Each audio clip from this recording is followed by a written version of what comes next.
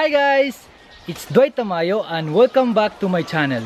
Andito tayo ngayon sa poultry para sa ating routine farm visit. May importante tayong pag-uusapan ngayon na kung saan makaka-apekto ito sa pagnenegosyo ng layer poultry business. So pag-uusapan natin ngayon kung kailan humihina ang bentahan ng mga itlog. Ang itlog ay isa sa mga pagkain na mayaman sa vitamins, proteins at minerals na kailangan sa pag-build at pag-sustain ng energy ng katawan ng tao. Ito din ay isa sa mga importanteng sangkap ng ating mga paboritong pagkain katulad ng leche flan, puto, pancake at iba pa. Dahil sa nutrient content at sa mura at mabilis na naihanda ito sa ating hapagkainan, ang itlog ay makukonsider natin bilang one of the most nutritious and cheapest food on the planet. So guys, ibig sabihin ay mayroon tayong continuous demand ng itlog. Pero kagaya ng ibang commodities,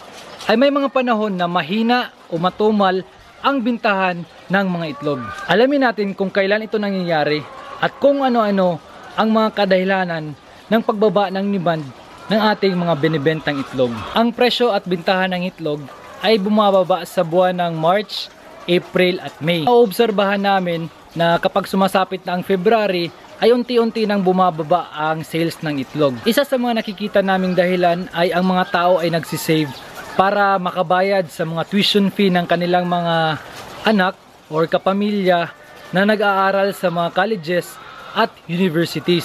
So ibig sabihin ay bumababa ang purchasing power ng mga tao, hindi lang sa itlog, kundi pati na din sa ibang commodities. Nagkakaroon din tayo ng shifting of economic activity. Lalo na dito sa amin na wala naman kaming mga colleges at universities na nandito sa aming lugar. Yung mga pera ng tao dito sa amin ay napupunta sa mga universities and colleges sa ibang lugar. Isa pang dahilan ay ang pagsasara ng pasukan ng ating mga schools, elementary at saka secondary. So ito ay nakaka-apekto din sa sales ng ating mga itlog. Yung summer break. Kasi tuwing umaga, ito yung mga number 1 na pagkain na mabenta.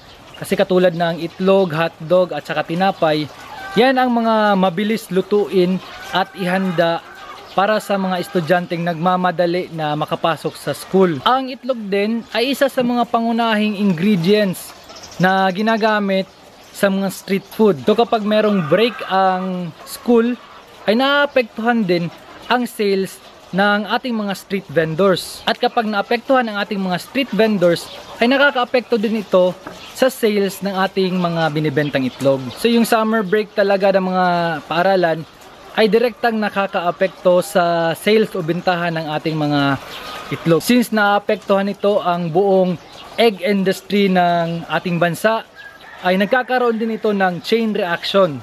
So yung mga malalaking poultry na nandun sa Cebu at Bicol mainland, which is yun ang mga neighboring provinces ng Masbate, ay nakakaabot hanggang dito sa amin sa Masbate. Ito ay direktang nakakaapekto sa pagset namin ng SRP o Standard Retail Price ng itlog dito sa aming lugar kasi marami na kaming kompetensya. So hindi talaga maiwasan na mag-recalibrate kami ng presyo ng itlog, lalong-lalo na pag summer kasi maraming kompetensya. Pero guys, meron din tayong sinasabi nilang home court advantage. Kasi yung mga suki talaga natin dito sa Masbate ay alam nila na fresh ang ating dinideliver na mga itlog. So hindi sila kumukuha sa mga itlog na galing sa ibang lugar. At yung galing sa ibang lugar na mga itlog ay hindi sila sigurado kung kailan pa yun na harvest. Kasi minsan yung mga itlog na nakakarating sa amin dito sa Masbate ay matagal na yan na harvest sa pinanggalingan ng mga itlog. Pag-dispose talaga namin ng mga itlog pag summer ay mabilisan. So minsan kahit bagsak presyo na, kahit konti lang yung profit mo, ay binabagsak na talaga namin sa mga tindahan kasi pag summertime masyadong mainit ang panahon, madaling nasisira ang ating mga nakastock na itlog.